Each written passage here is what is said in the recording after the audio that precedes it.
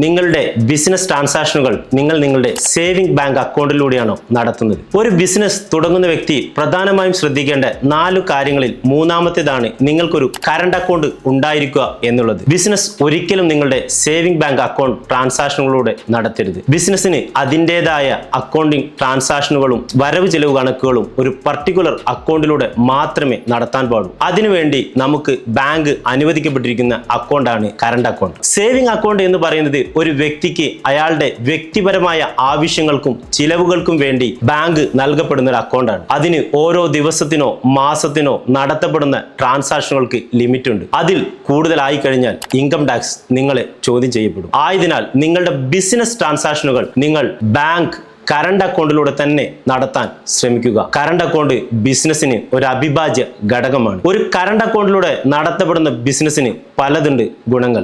മുമ്പോട്ടുള്ള വീഡിയോകൾ നമുക്കതിനെക്കുറിച്ച് പറയാം.